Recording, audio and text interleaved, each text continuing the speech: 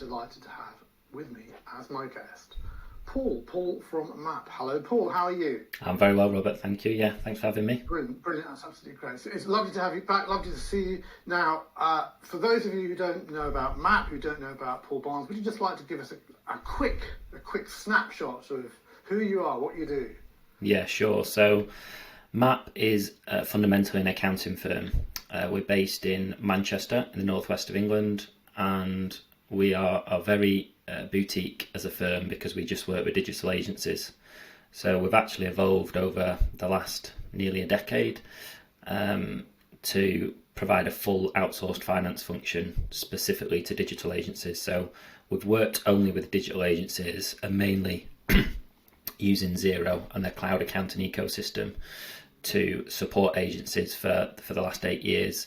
But over the last few years in particular, we've started to really add a lot more strings to our bow because we found more and more challenges that agencies were facing in regards to their finance function. I know you talk about this, Robert, in terms of, you know, when you start up as an agency, it's your mum or your dad or your cousin or the dishwasher the washer that does the books and just sort of keeps you ticking along. But over time, you need to start to mature that. You need to start to evolve and have more robust systems and processes in place in regards to your finance. But at that size of a business, you know, it doesn't make sense to go and get an 80 grand a year FD full time in the business. So we now provide that full outsourced finance function. So everything from bookkeeping through to outsourced FD services. We do it for about 125 agencies across the UK, and we're a team of 21. So, you know, multi-skilled finance people in the business supporting agencies in whatever need they've got. Brilliant. And our paths cross often, which is absolutely fantastic, and long may that go on. So I guess if this interview's got a title, it's building financial maturity in your agency. And I just give me a couple of minutes on this. I think there's a couple of things about this, which is, and this will, I guess, set the scene for the conversation, which is everybody knows that they need to be on top of their finance. Everyone knows that finance is a mirror of, in my lingo, you know, finance is a consequence of marketing and operations. How good you are at selling and how good you are at doing creates the financial performance. But the thing that drives me totally bonkers, I'm on four boards of agencies, is that people in boardrooms making decisions about their agencies, and these are agencies at 20, 40, 90 and 100 staff. As you look around the boardroom, people are making major decisions about the business based on the whole, information provided by the financial controller, financial manager, who's doing their bestest with the information they've got and how they learned how to do finance before. And a number of people in those boardrooms have next to no real financial acumen. So if you drop a balance sheet or a P&L account in front of them and say, so tell me the story about this business. What does this tell you about the business? They go, oh, well, the top line, revenue is 3 million. Yeah, I can read that. And I know what I need to do. If I go all the way to the bottom, I get, oh, it's not quite what I thought it. So I have a real beef about financial acumen. So could we just talk about the financial acumen piece first? Because if you've got a board or you've got a business owner that doesn't understand numbers, then it makes it very difficult for them to run a profitable business, surely. Yeah, so I've been equally as amazed at that as you have. I think when I started naively, I thought, you know, once you get to £1 or £2 million business, they're going to know what they're doing. They're going to understand finances. They're going to use it. They're going to have it well organised and well driven within the business, and they're going to use it to make decision making. And then started to say, this is like a £3 or £4 million business. And like some of the things that I had assumed and maybe they had assumed or suggested were happening in their business, once you start to lift the bonnet and you really start to get involved, you realise that the rigour just isn't there. And I think the reason that happens is because what you've talked about there. So many board members, unfortunately, will not be financially trained and have high levels of financial acumen. And what they're doing is instructing probably younger, less experienced finance people in the business to provide them with information. But good finance is all about asking the right questions in the first place. So to have that ability to be able to be curious and to ask the right questions of the data and the information requires an element of experience. And so what we found is that you need to have someone with that gravitas and that influence to be able to challenge the business owner. And business owners love it. You know, the right business owners, I mean, some of them are just egotistical and they'll never listen. But majority of business owners, they want to learn, they want to understand, and they want somebody to be there to challenge them. So for me, you need somebody. It doesn't have to be an accountant. It doesn't have to be someone who's accountancy qualified, but somebody who understands finance and, like you say, understands how to not necessarily put a balance sheet together, how to interpret a balance sheet and how to ask questions and go deeper. That's missing in a lot of boardrooms and a lot of businesses, of small businesses. But I might actually challenge you on that. I mean, I have this financial audit health check, 20 questions, score the questions out of 5, get a score, boof. And I put that in front of, you know, really what I consider really great founders and directors of agencies. They score it, they get a pretty rubbish score, worse than their marketing score, probably worse than their operations score, worse than their people and culture score.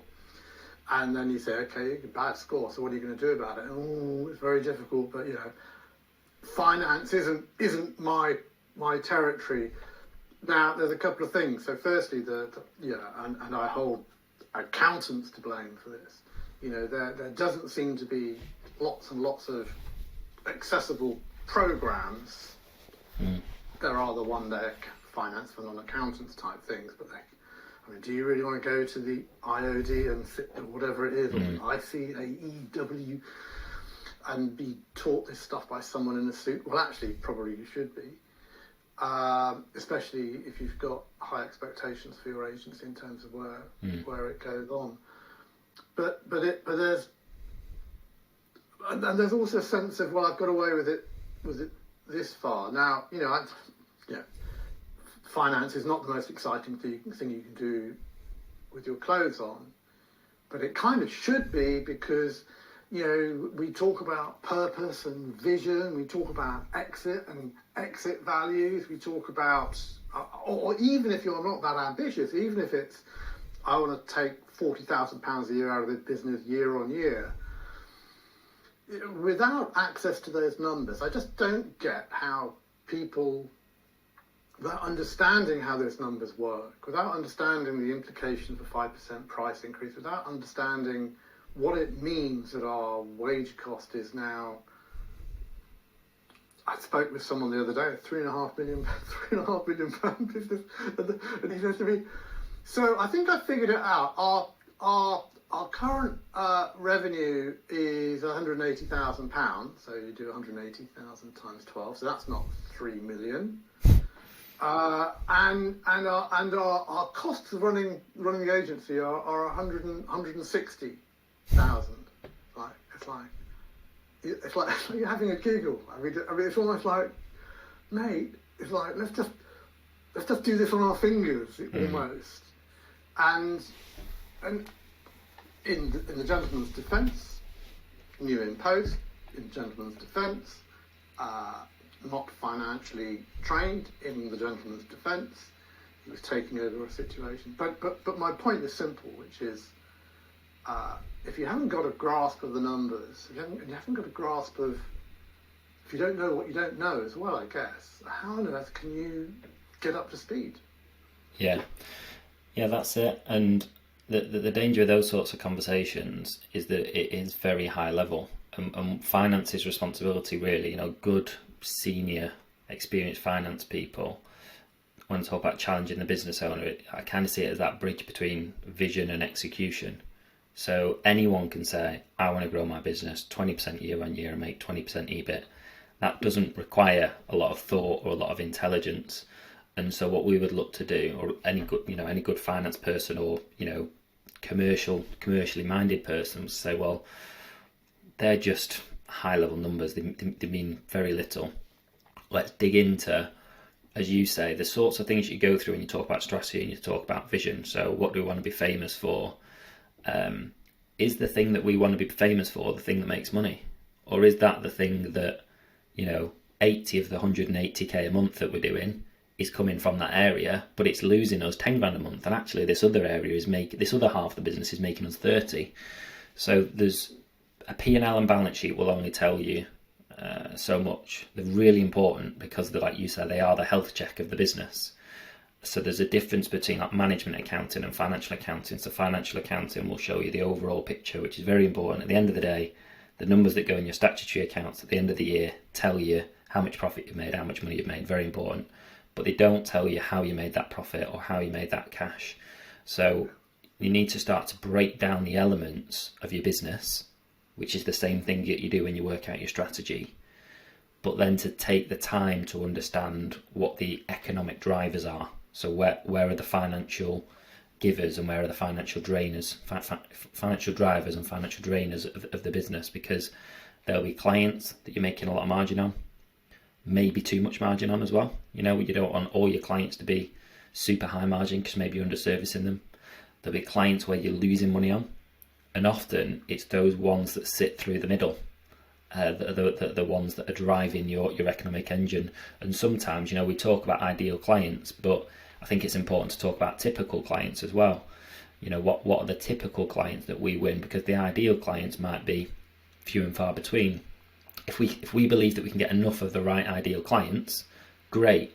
But are they ideal just because they give us lots of business, they make us sound good and we get to do the work that we enjoy? Or are they ideal clients because they actually make us money? And then it's the same, you can break that down, departments in your business, services in your business. So good finance for me, like you say, is not about just putting together a set of numbers. It's about being able to translate the vision and the strategy of the business into numbers, but not just to translate, but for finance to then drive some of that decision making and drive some of those discussions about what the strategy of the business should be as well. So when we talk about agency maturity, the most mature agencies are not just using accounting and finance as a backward looking concept, but they're actually using it to drive what the strategy of the business should be. The best thing that can happen is a finance person or someone on it with the numbers comes into the board meeting and says, this is an opportunity I think we should explore as a business, because I've identified from the data from the last 24 months, this continues to make us an exceptional margin. It's got brilliant growth and there's a big market opportunity for it. And this is where I think we should exploit, rather than it's the other way around and it's based on, ambition and fluff and wanting to be in the media. And let's hope we make money off the back of it. Very good, very good. So, agency financial maturity. So if I've got that right, yeah, it's a bit of it's like a bit like the Griner's stages of growth thing that I love, which is, so when you're very, very small, you need this, yeah, and then when you're very, very big, you need that, and then there are some steps in the middle where you kind of go from one to the other. Is that what you mean by sort of a maturity curve? Sort of, yeah, but I wouldn't just use size of business to determine where you should be on the maturity curve, because as a finance person myself, from day one I'd like to think I was at the top right of the curve, because I was thinking about the numbers from day one. Where's the economic value in this business and where's the area that I want to drive before I even started, because it's going to help the business to be profitable and to generate cash. So it isn't just about size, Robert, but it's a way of us helping to meet the business where they're at, because the business might come in talking about, we get this all the time, finance is sorted in our business, it all works, I've got a finance manager, I don't need any help on that, but I would quite like somebody a bit more senior to help to be in the board and oversee finance and drive decision making. And then in the past it's like, oh well, we need to make sure the data's right. No, I've got the data right. So now I say, okay, fine. We assume that the data and the systems and the processes are all working fine, and you just need this strategic finance input. But then inevitably when we get involved, we see that actually there are holes in the finances at the most basic elements, and therefore the finance leader can't do their role properly because some of the basics that the MD had assumed were in place are actually either not running as efficiently as they could be, or actually are providing incorrect data. So one of the most obvious examples that comes up in every single agency, I've never met an agency that we started working with where they get revenue recognition right. So sounds very jargony, I know, but revenue recognition is about saying there's a difference between how much we've billed in a period and the value of work we've actually delivered. So if you've got, a really hot invoicing process where you're able to invoice 50% of the work up front, amazing, brilliant for cash flow. Doesn't affect the economic performance of your business though. So if you're running a P&L in April and it says, we billed 150k this month and our overheads were only 50k, looks like a great month. But if you find that £80,000 of that billing was done on the 30th of April, 29th of April, no work's been delivered because that project's going to get delivered over May, June, July, then you've got a set of financials that are completely out of kilter to what's happening in the business. Because the operations team's saying, but we've got to now pay for that over the next 3 months in delivery costs. So the two phrases are, let me write it down, revenue recognition. Yeah. And the other phrase is... Did I say something else? So there are two things, confusing revenue recognition and billing, is it?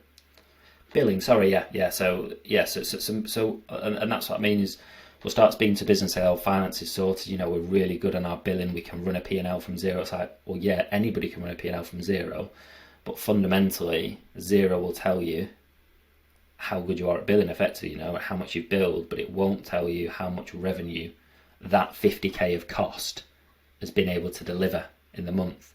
So it can be very, very misleading. I have a classic example at the moment, an email that I wrote to an associate company that works with me.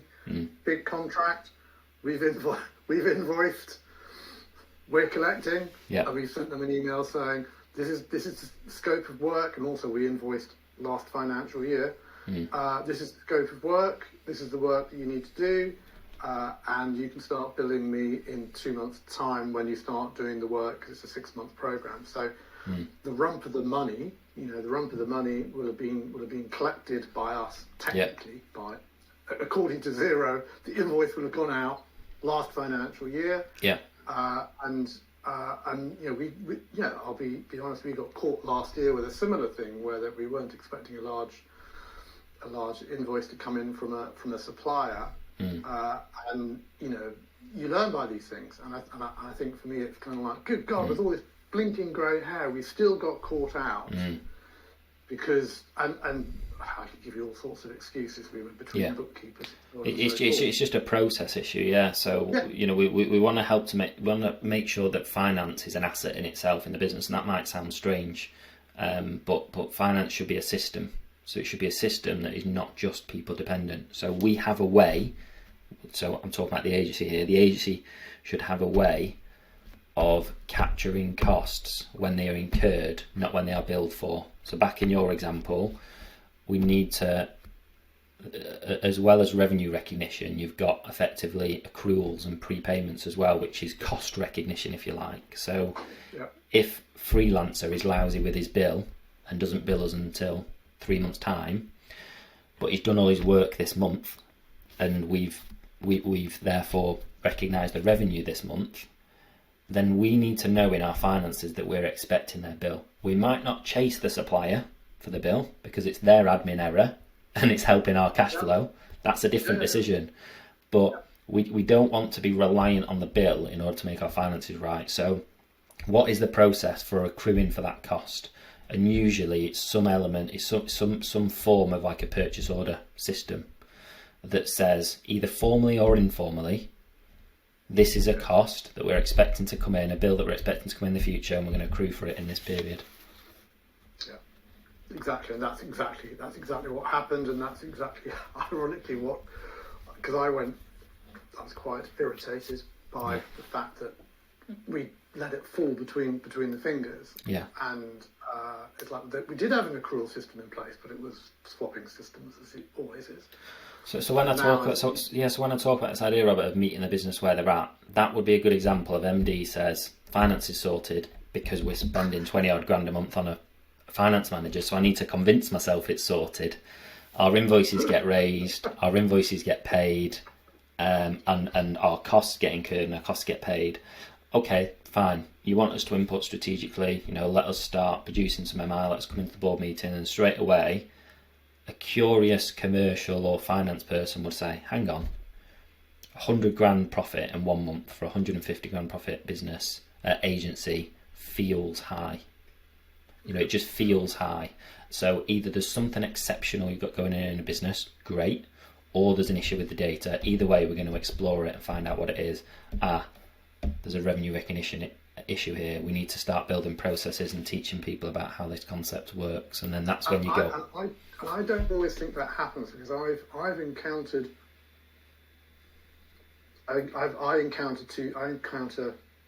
unfortunately two sorts of FD. Not there's a third, which is the majority. The first one are the ones who are just getting away with it. Yeah. You go and talk to the FD, and they kind of they're just not in control. I think that's the only way to describe it. I'm not great at numbers, but I understand more about your agency than you do, and that's not being smug. That's just like, mate, you just haven't looked at this stuff. It's all in your Google Drive. It's there, and you're not on top of it. And the other one, which is the more worrying one, is the FD who says, you don't need to worry about this stuff. I've got it all in hand. Don't worry about it. Yeah. And too many MDs are going, well, I'm spending 80,000 quid on this. He's the expert. And I guess my point is, as I said in an interview last week, who is the FD accountable to? Who is the FD reporting to? Yeah. Who slaps the FD over the top of the head? It's by definition, it's the MD. But if the MD doesn't know what he doesn't know, yeah.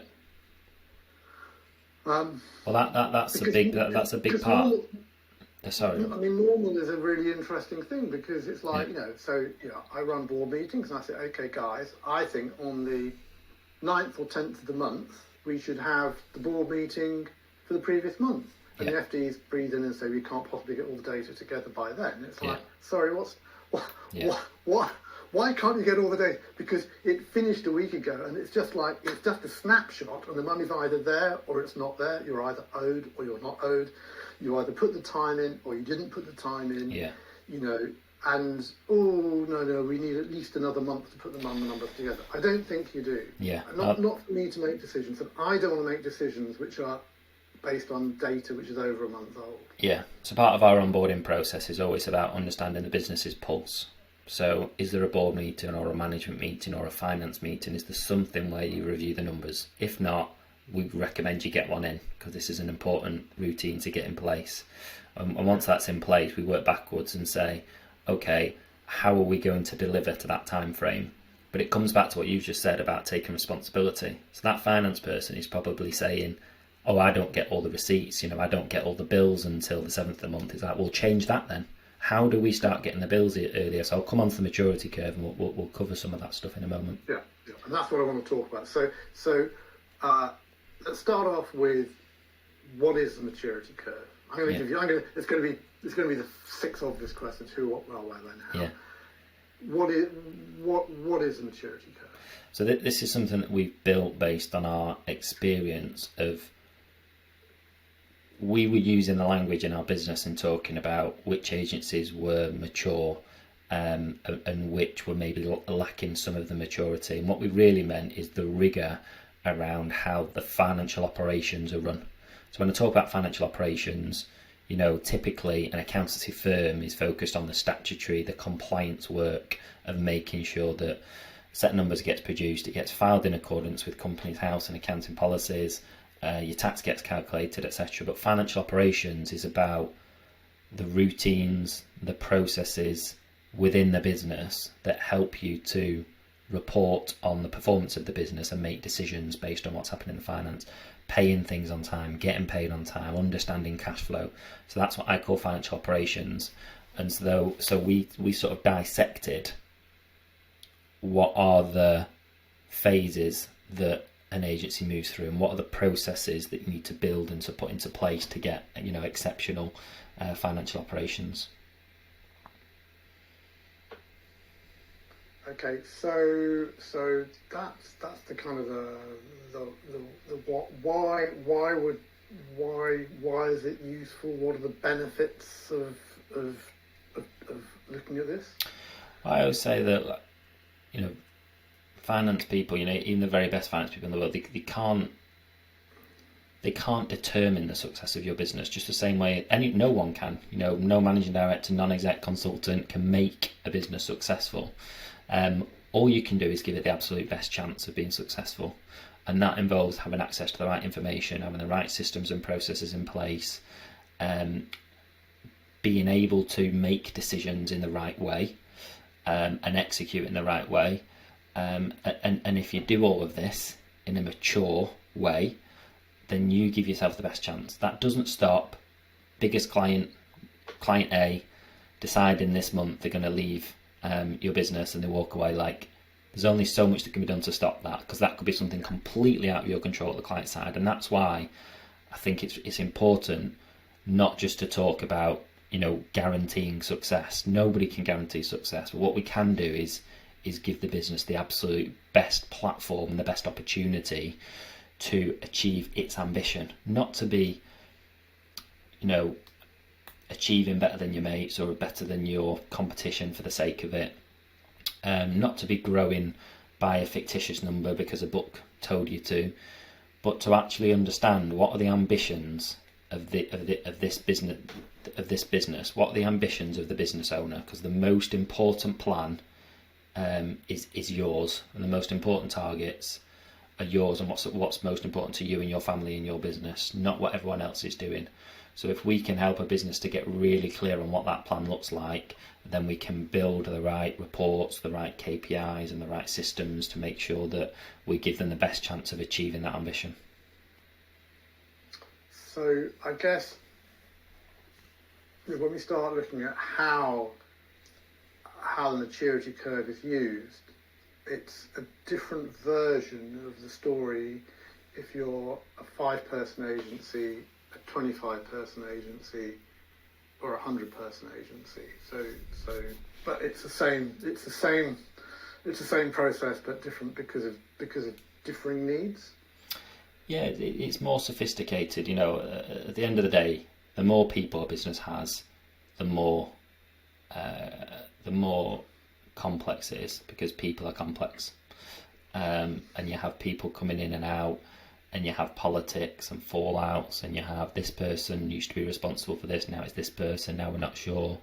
So the bigger clients where we get involved, you know, we've got to get involved in the wider business and have lots of conversations with different people. So when we talked about just one example of revenue recognition before, there's salespeople that are involved in that discussion.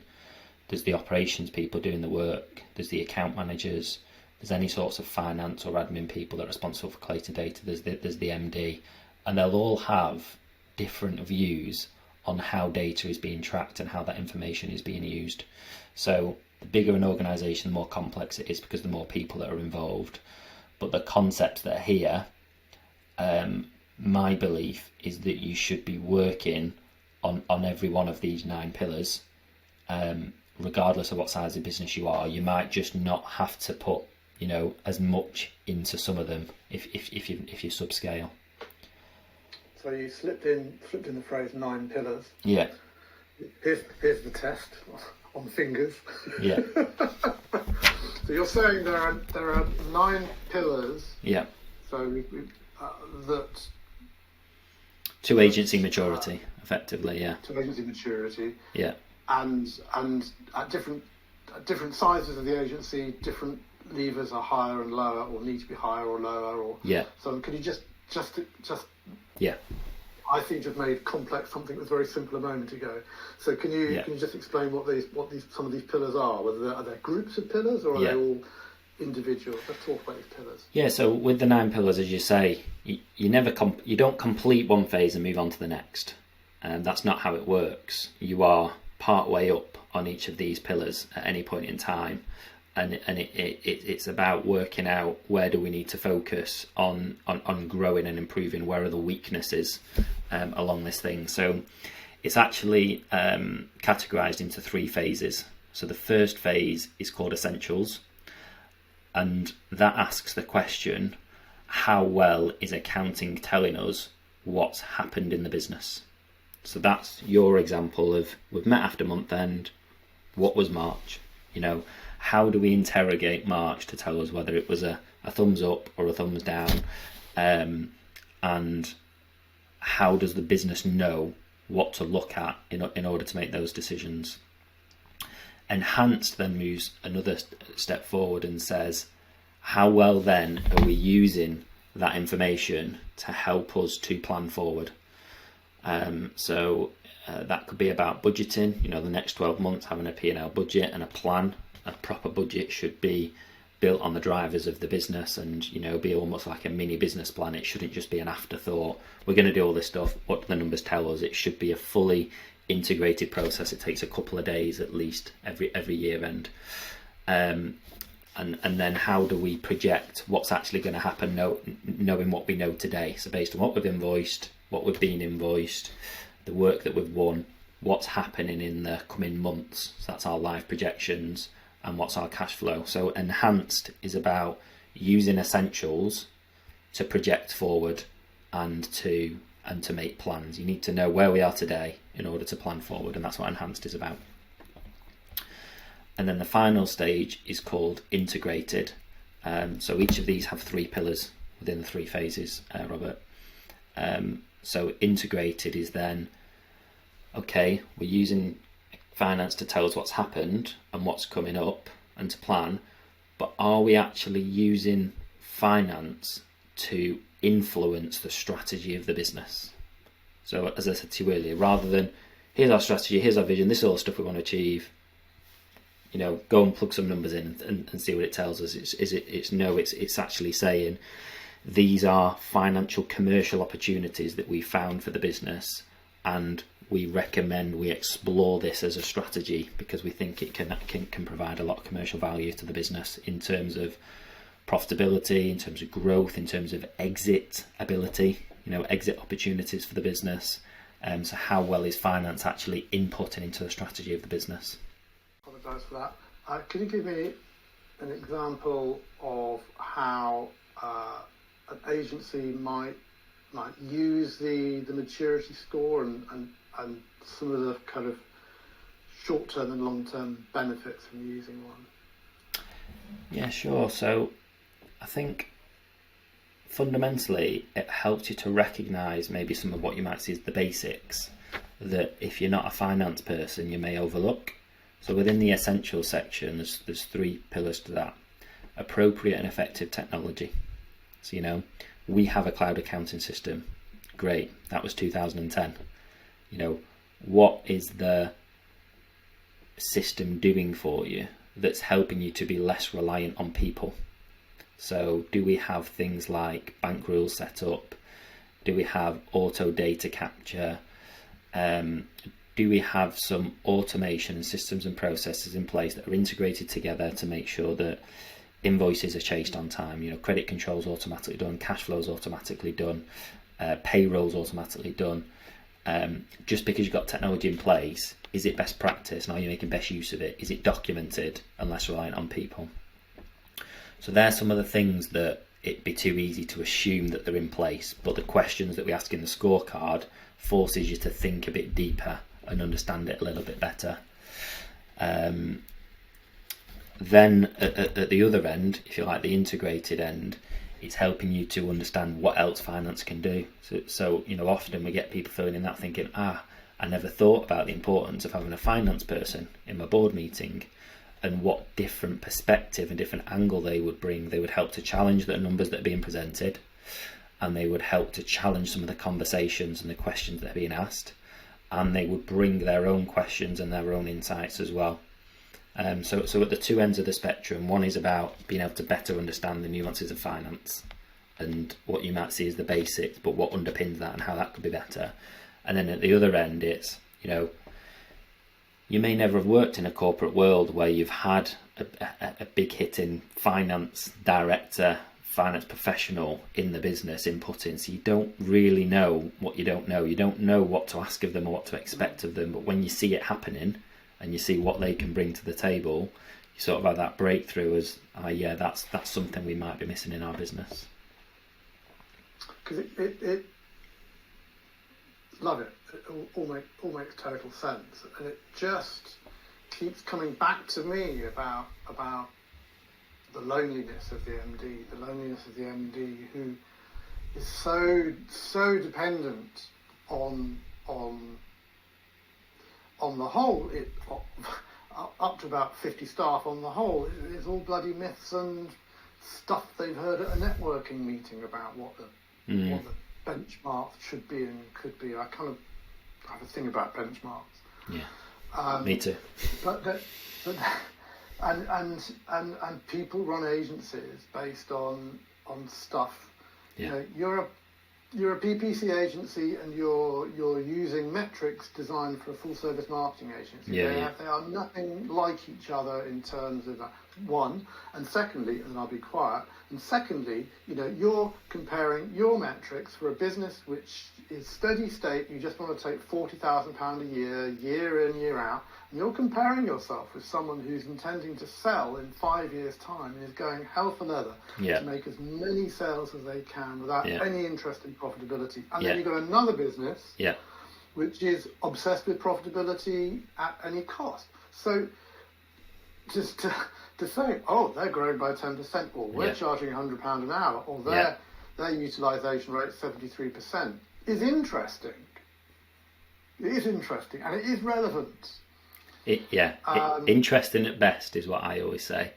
So all the things that you've said, you're in a different industry. One agency could be very different. A software development agency versus a mobile apps agency versus a digital marketing agency, completely different business. For us, we've on our mastermind groups, over half the agencies come from Eastern Europe. Yeah, so running an agency in Romania, where €40 an hour is doing really, really well. To actually walk in and say, well, I wouldn't look at any agencies that are not doing less than £100 an hour. But €40 an hour is ridiculous. However, the interesting thing is then, so if you're €40 an hour, it's £35 an hour, there's this gap which is fascinating, that you could be working in London and coining the difference.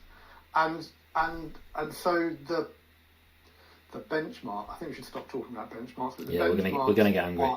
As you say, interesting. So you've talked about two things: maturity curve, and you've talked about scorecard. So where do we find these? How do we do them?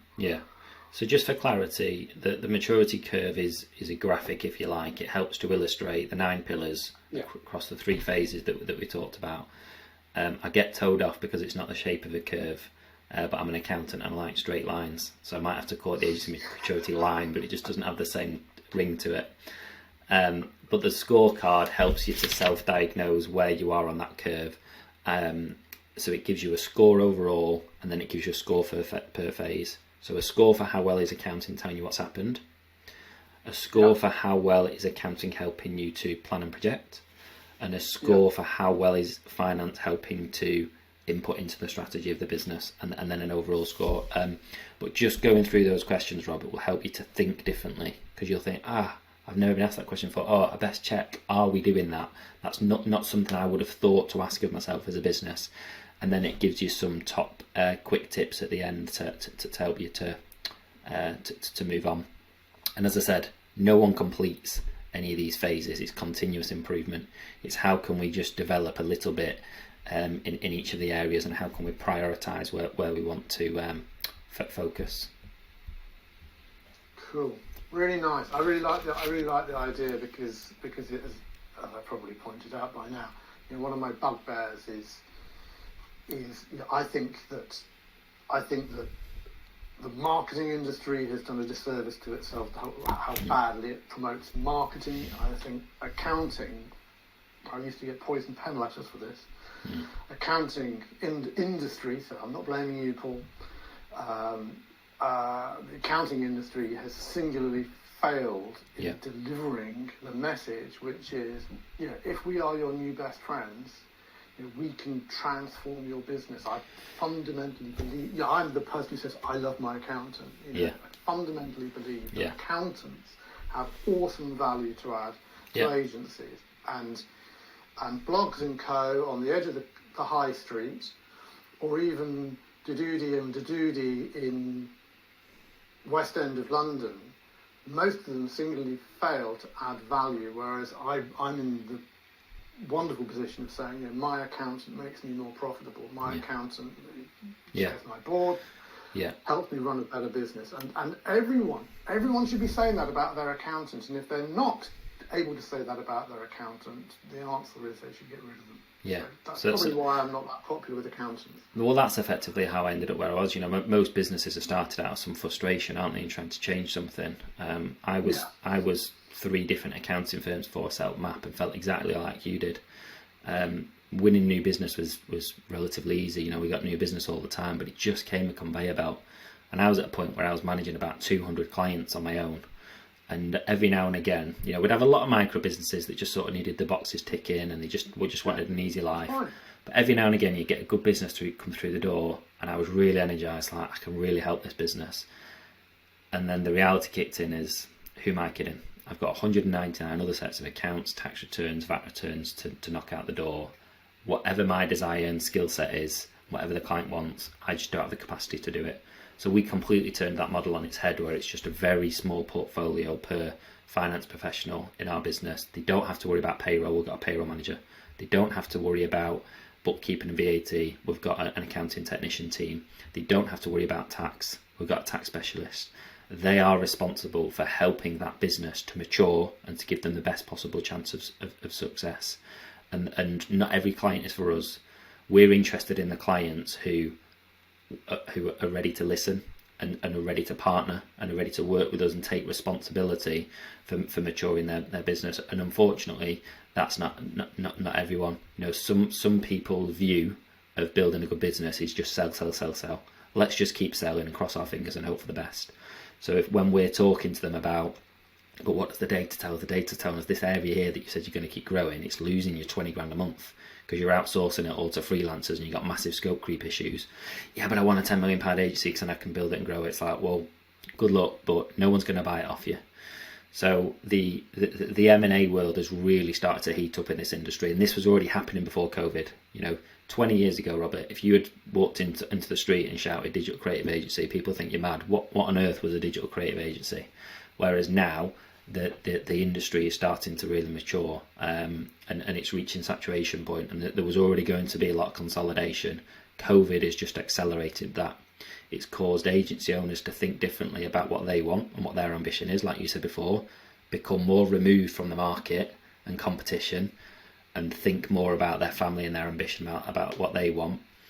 And also there's so much competition now. Is now the right time to capitalise whilst this agency is doing something good and making some money, hopefully. Can we start to build towards an exit? And actually, the people that most respect what the finance function can do are those that have been through the exit process, because the due diligence process, if you've ever been through it, is absolutely horrendous. We got a client the other day who received a 170-point questionnaire for part 1 of the financial due diligence, and that would ask all the questions that this reporting maturity curve is asking and more. But the way I always look at it, why wait till you're going to exit your business for somebody else to enjoy this nicely polished, beautiful business that you've assembled ready to pass over to them? Why not enjoy that business now whilst you're involved, rather than tearing your hair out, stressed about it all the time? Make it easier, more fun, more enjoyable, more profitable to run now, so that when you come to exit, you get maximum value, maximum interest from buyers, but you've actually enjoyed the journey as well, because life's too short to wait until it's too late and to try and flog it at last minute. And in reality, most deals fall through because the financial due diligence doesn't stand up to the test because they've left it too late to get this stuff in place. And that's in some way, it's really interesting that last week I talked with Bo Burlingham. Bo Burlingham has written 2 books that I love. Yeah, me One too. that everyone knows about, which is Small Giants, which is just about don't take the big money, run a great business, and that whole idea of an infinite business rather than a finite business, a business which is going to keep on going. Yeah. And maybe I just take £80,000 a year out of the business for the rest of its life, rather than taking a couple of million quid. Love that idea. He also wrote another book called I can never remember the title. I can see the title there. Finish Big, which is taking interviews of some 20 or 30 people who exited. And the key point's exactly what you're saying, is that very few people actually exit. They only exit well if, one, they prepare for it from very early on, and they have all the systems and stuff in place. And secondly, the big thing is that happy exits are people who knew what they were going to, and unhappy exits are, hey, I'm richer than my wildest dreams. I'll mow the lawn. Again, I'll take the kids to school. Again, and his description of a business person is someone who's been through all 3 stages of a business, which is start up, running, and exiting. And until you've exited, you've no idea how difficult exiting is. It's one of those. Yeah, I talk about it's like going through the pain barrier. If you're pre-pain barrier, if you've not been through that pain of scale or exit yet, it's hard to understand some of this stuff and to sort of connect with it. Some people are better at it. Some people are really coachable and they know that there's lots of things they don't know and they want to listen and they want to learn. You're right. I'm working with some people at the moment. They're about 100 strong. They're going for serious financing. And I said to them 6 months ago, this is going to hurt. This is going to take up vast quantities of your time. I'm not saying don't do it. And yesterday he was on the phone to me. He said, you said it's going to take up vast quantities of my time. I kind of thought, maybe half a day a week. But because they're playing with the big boys, and the big boys, as you rightly say, have a 175 question questionnaire just for the warm-up, never mind. Anyhow, enough of that. Right, I think our time's pretty much up. But Paul, I'd like, so the fascinating stuff about the maturity curve and the scorecard, the links will be on at the end. Before we wrap up, could you just give us a couple of your wonderful golden tips or nuggets or pearls of wisdom to share with our agency-owning audience? Yeah, sure. So I think, as I said before, the sort of cloud accounting stack, if you like, is something that you can't do soon enough. And don't just assume that because you've signed up for some subscriptions for some technology that you have ticked that box and it all works. Get somebody to do an audit of the technology and systems and processes that you've got in place to run your finance function. Because if you're just sort of crossing your fingers and saying, Gemma, our finance manager, looks after that, then when Gemma leaves, it's all up in the air. And it's often only when people leave that you realise the weaknesses in your business. And I get it. It's like, as a business owner, you've got so many things going on that somewhere in your head you have to tell yourself that certain things are just fine because you've got so many other fires to put out. And you want to tick that box. So do an audit of the systems and processes and technology that underpin your finance function, and look at how you can improve them. Because even if they are good, none of them are perfect, and those small gains can make a big difference in terms of time and accuracy and quality of information that you can produce. Think about that concept of revenue recognition. So if you're a business where what you bill in a month is very different from the work that gets done in the month, then by definition your finances are going to be out of kilter with reality. So people often talk about accounting being the language of business. It is if it's done, but it's not if you've just signed up to Xero and you're running a few bills in there and clicking a button to produce a report. That's going to be out of kilter then with what's actually happening on the ground operation of the business. Now, if you've just got lots of marketing retainers, you bill £2,000 a month, you deliver a £2,000 a month service, revenue recognition is not a problem for you. If you're a web development agency where you do a 6-month contract, you bill 50% and 20% and 20% 10%, but you're doing it spread over 6 months, probably got some scope creep at the end because you know it's not always easy to deliver exactly on time and on budget when it's a long project. You need to think about revenue recognition, because without that, you'll never understand the true trading performance of your business. So have a think about whether your accounts are being done properly on what we call an accruals basis using revenue recognition, or you're just relying on the information that's in Xero.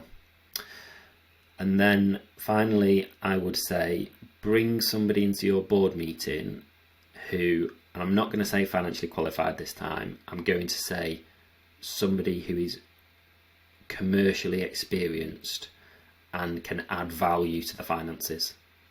So often, you know, as a leadership team, as a managing director, you look at a set of financial statements and you're wondering what questions you should be asking and what you should be looking at. So find someone that's got the ability to tear holes in those financial statements, ask lots of questions, and to put more demand on finance to deliver more value to your business. Sorry, I will say one more, which is and this is what I mean about it's never complete, it's ever evolving. We've been working with a business for 3 years. We've gone through a 3-year plan, and we're now going through another 3-year plan to exit. If you look at the management accounts pack that we produced for them in month 1 versus month 12 and 24 and 36, you will see a big step up, a gradual step up month on month. But if you look at it over the 3 years, it'll be a significant step up in the information that's being delivered. So first of all, it would have been P&L balance sheet, P&L balance sheet, P&L balance sheet, P&L balance sheet to get the business to understand and work through, you know, finance can't be taught overnight, but providing that information month in, month out, they start to get it, the penny starts to drop. It's like, right, what other information is key for the business? During COVID, it would have been things to do with liquidity. So, you know, how much cash have we got?